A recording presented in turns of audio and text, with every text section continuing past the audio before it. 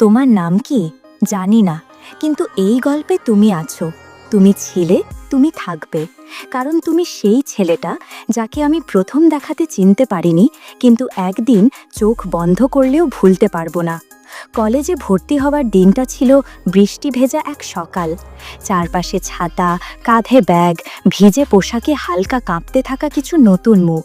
আর আমি সদ্য এসএসসি পাশ করে এক অজানা ভয় আর উত্তেজনা নিয়ে পা রেখেছিলাম নতুন জীবনে। চেতনা কলেজ নামটা শুনেই একটা সাহসী ভাব জাগে, কিন্তু আমার সাহস যেন প্রথম দিনেই আমার সাথে বিশ্বাসঘাতকতা করল। সেদিন আমি ভুল ক্লাসরুমে ঢুকে পড়েছিলাম। এই যে মেয়ে, তোমার ক্লাস তো ওটা না? নরম একটা কণ্ঠে পেছন থেকে কেউ বলল। আমি ঘুরে তাকালাম। ছেলেটির চোখে ছিল এক ধরনের অদ্ভুত গভীরতা, যেন সে সব কিছু জেনে ফেলতে পারে। আমি একটু কেঁপে উঠেছিলাম, ভয়ে না, ভালো লাগায়, আজও ঠিক বুঝতে পারি না। ওর নাম ছিল অরণ্য, ইংরাজি সাহিত্যে অনার্স, আর আমি বাংলা সাহিত্যে। আমাদের পথ আলাদা হলেও সেই ভুল ক্লাসরুম থেকেই আমাদের গল্পটা শুরু হয়। প্রথম কয়েকদিন কেবল দেখা হতো করিডোরে, কখনো সিঁড়ির ধারে বসে থাকা, কখনো ক্যান্টিনে এক কাপ চায়ের জন্য অপেক্ষা করতে করতে চোখে চোখ পড়া যাওয়া। আমি তো তখনও জানতাম না এই চোখে চোখ পড়াটাই একদিন আমাকে এমন এক রহস্যের মধ্যে জড়িয়ে ফেলবে, যেখান থেকে ফেরার রাস্তা শুধু একটা, ভালোবাসা। একদিন ছুটির পরে কলেজের বারান্দায় দাঁড়িয়ে বৃষ্টি দেখছিলাম। হঠাৎ পেছন থেকে ছায়ার মতো এসে দাঁড়ালো অরণ্য। তুমি কি বিশ্বাস করো কিছু সম্পর্ক আগেই লেখা থাকে? ওর প্রশ্নটা ছিল হঠাৎ, অপ্রস্তুত করে দেওয়ার মতো। আমি কিছু বলতে পারিনি, শুধু মাথা নেড়েছিলাম না বুঝি এমনভাবে। ঠিক আছে, অরণ্য হেসে বলেছিল, তবে আমি বিশ্বাস করি। আর মনে হয় আমাদের গল্পটা শুরু হয়েছে। সেই দিন থেকে সত্যি কিছু বদলে গেল। অরণ্য যেন ধীরে ধীরে আমার চারপাশে বাতাসের মতো মিশে গেল। আমি বুঝতেই পারলাম না কবে যেন ও আমার প্রতিদিনের অভ্যাস হয়ে উঠল। সকালে কলেজে আসা, লেকচারে বসা, ক্লাস শেষে চুপি চুপি দেখা, কলেজের লাইব্রেরির কর্নারে বসে বই পড়ার অজুহাতে একে অপরকে দেখা। কিন্তু এর মাঝেও একটা জিনিস ঠিক বুঝে উঠতে পারছিলাম না, অরণ্য ঠিক কে? ওর সম্পর্কে আমি যত জানতাম ততই অজানা কিছু থেকে যেত। কেউ বলতো ওর বাবা বিদেশে থাকে, কেউ বলতো মা নেই, কেউ বলতো ও নাকি ছোটবেলায় একটা বড় দুর্ঘটনার শিকার হয়েছিল। কিন্তু অরণ্য কখনো নিজে কিছু বলতো না, শুধু মাঝে মাঝে একা বসে থেকে দূরে তাকিয়ে থাকতো, যেন সে কোথাও হারিয়ে গেছে। একদিন হঠাৎ করে কলেজ আসা বন্ধ করে দিল অরণ্য। 3 দিন, 4 দিন, 1 সপ্তাহ। আমি আর শান্ত থাকতে পারলাম না। সব ক্লাস শেষে ওর বন্ধুদের কাছে জানতে চাইলাম, তুমি কি ওর এতটা কাছের কেউ? আমি ভেবেছিলাম। এক বন্ধু একটু থেমে বলল, ও কিছুদিনের জন্য বাইরে গেছে, পারিবারিক কিছু সমস্যা। আমি জানি এটা সত্যি নয়। ওদিন রাতে একটা অচেনা নম্বর থেকে SMS এলো, কলেজে একা যেও না কদিন, বিশ্বাস করো তোমার ভালোর জন্য বলছি। আমার গা ঠান্ডা হয়ে এলো। কে পাঠালো এই মেসেজ? অরণ্য, নাকি কেউ ওর নাম করে আমাকে ভয় দেখাতে চাইছে? বারবার খুলে দেখছিলাম, অরণ্যই কি পাঠিয়েছে নাকি অন্য কেউ? সেই রাতে ঘুম আসে না। বিছানায় শুয়ে শুয়ে কেবলই ওর মুখটা চোখের সামনে ভেসে উঠছে। কলেজে আমাদের দেখা, হাসাহাসি, সেই রহস্যময় চোখে তাকানো, সবকিছু যেন অস্থির করে তুলছিল আমাকে।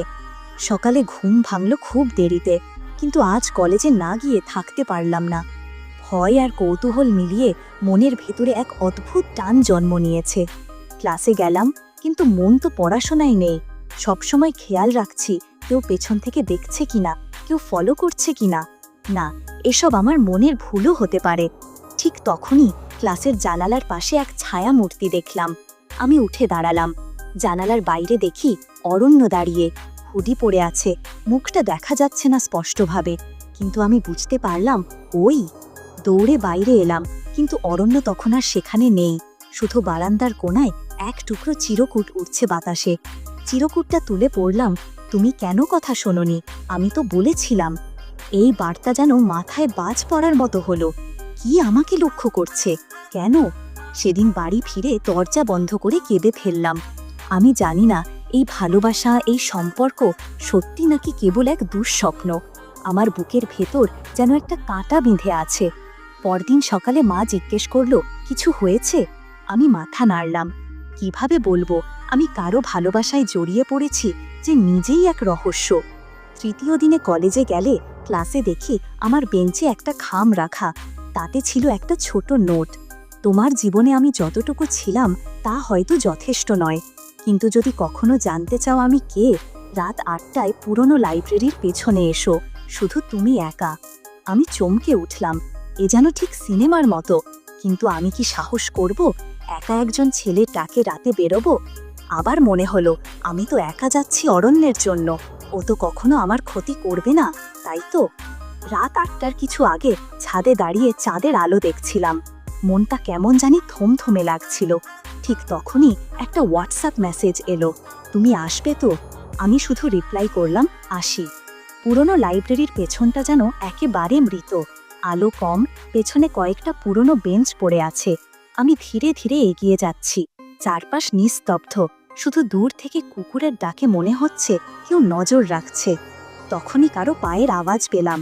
আমি ঘুরে তাকালাম, অরণ্য দাঁড়িয়ে, কিন্তু আজ ওর চোখে সেই চিরচেনা নরম ভাবটা নেই, বরং মুখটা খুব সিরিয়াস। তুমি কি জানো তুমি এখন কোন খেলায় ঢুকে পড়েছ? ওর প্রশ্ন। আমি জবাব দিতে পারলাম না। আমার পরিচয় নিয়ে তুমি কখনো প্রশ্ন করনি, আমিও কখনো বলনি, কিন্তু এখন বলা দরকার। আমি স্তব্ধ হয়ে গেলাম। কি বলতে যাচ্ছে ও? আমি অরণ্য নই, মানে এই নামটা আমার নয়। আমি যে কলেজে পড়ছি এটা আমার আসল উদ্দেশ্য নয়। আমি কাউকে খুঁজছিলাম, আর সেই খোঁজ করতে গিয়েই তোমার সাথে দেখা। আমি চমকে উঠলাম, এই ছেলেটা কে? তোমার বাবার পুরনো বন্ধুর ছেলে ছিলাম আমি। এক দুর্ঘটনায় আমার পরিবার সব কিছু হারায়।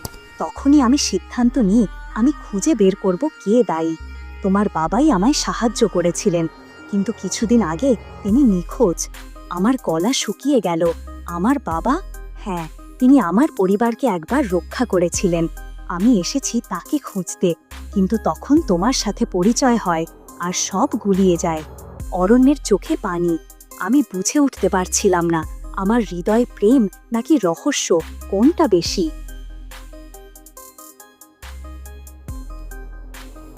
আমি যেন কেমন স্থির হয়ে গিয়েছিলাম। অরণ্য?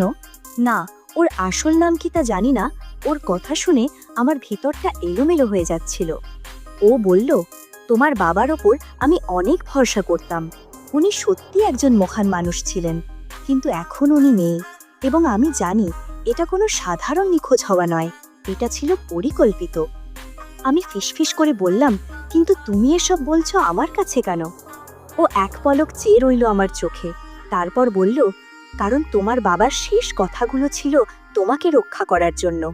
আমি তোমাকে ভালোবেসে ফেলেছি, তাই আমি চেয়েছিলাম তুমি এসব কিছু না জানো, কিন্তু তুমি এতটাই গভীরে ঢুকে পড়েছ যে তোমাকে বলতেই হলো।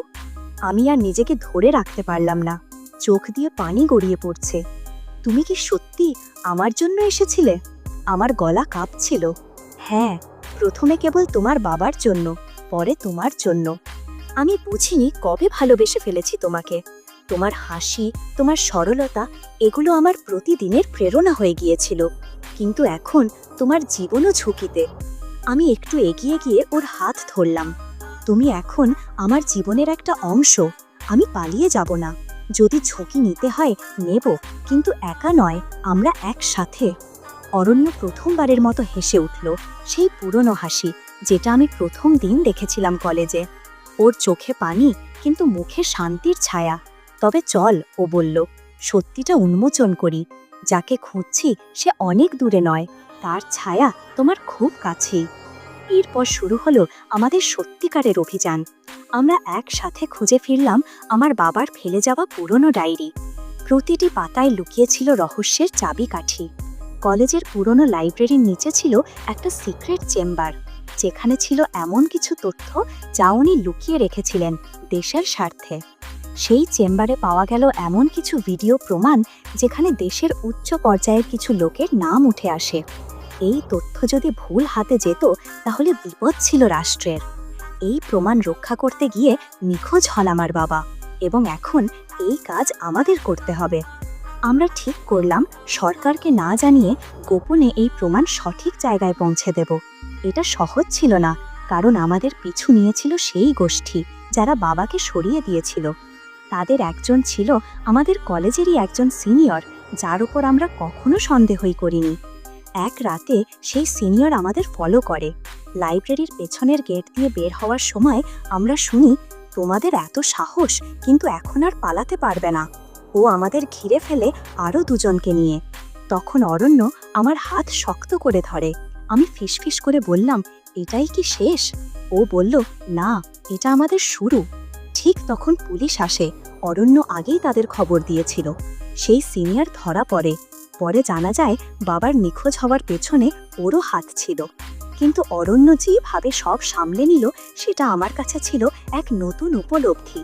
আমরা কলেজে ফিরে এলাম। জীবন আবার স্বাভাবিক ছন্দে ফিরল। তবে আমি আর আগের মতো ছিলাম না। আমার ভিতরে জন্ম নিয়েছে সাহস, নির্ভরতা আর ভালোবাসা। অরণ্য এখন আমার পাশে। ওর চোখে আর রহস্য নেই, আছে স্বচ্ছ ভালোবাসা।